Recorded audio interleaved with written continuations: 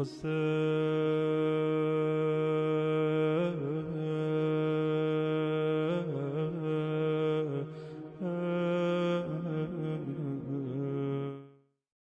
see, there was another sacrifice as well that was about to take place. I'm sure you're all familiar with the incident in the Quran where Allah subhanahu wa ta'ala is speaking to Prophet Ibrahim on a sacrifice of his son Ismail.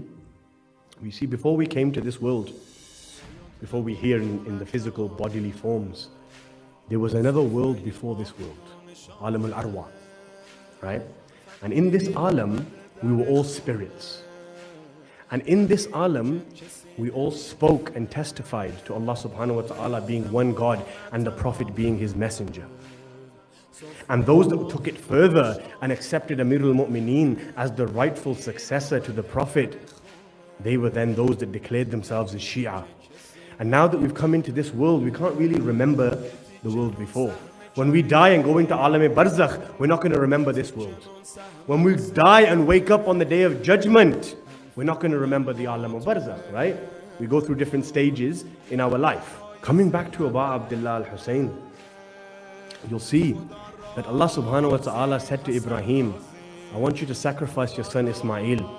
Ibrahim is now placing Ismail on the ground. He blindfolds his eyes because a father can't bear to see his son die. He takes out a blade. He places it on the neck of his son Ismail. Shaitan comes 3 times to try and stop Ibrahim from killing his son. But he doesn't listen to him. He's about to sacrifice his son. Have you ever noticed, if you pick up the Bible, they talk about this story. If you pick up the Torah, they talk about this story. If you pick up the Quran, they talk about this story. But nobody tells you what happened. Nobody explains to you the reason for this story.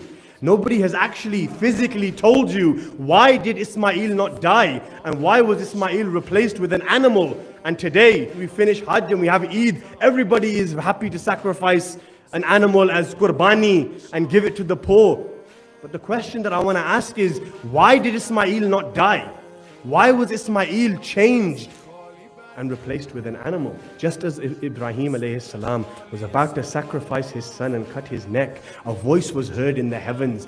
This is a sacrifice like there has never been before. This is a sacrifice that nobody has ever made before. A father is about to sacrifice his son in the way of Allah subhanahu wa ta'ala. Is there anybody that will be able to give a sacrifice greater than this? You see, at that moment, Imam al-Hussein spoke to Allah subhanahu wa ta'ala and he said, Ya Allah, I will give a sacrifice greater than this. He's giving one son, I'll give all my sons. He's giving one son, I'll give all my cousins. He's giving one son, I'll give all my brothers. He's giving one son, I'll give all my companions. He's giving one son, I'll give all my sisters. I'll give all my aunties. I'll give my entire family to save your religion, Ya Allah. The only reason Ibrahim was not able to kill Ismail and Ismail was alive and replaced with an animal was because Abu Abdullah said, Ya Allah, I will give a sacrifice. Imam Hussein is changing the course of history. We are changing as these nights progress.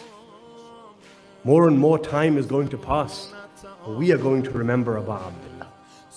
The consensus of today's lecture and point is Imam al-Hussein is changing things. People are changing. Allah is modifying His laws. The Shariat is changing when it comes to Abu Abdullah al-Hussein.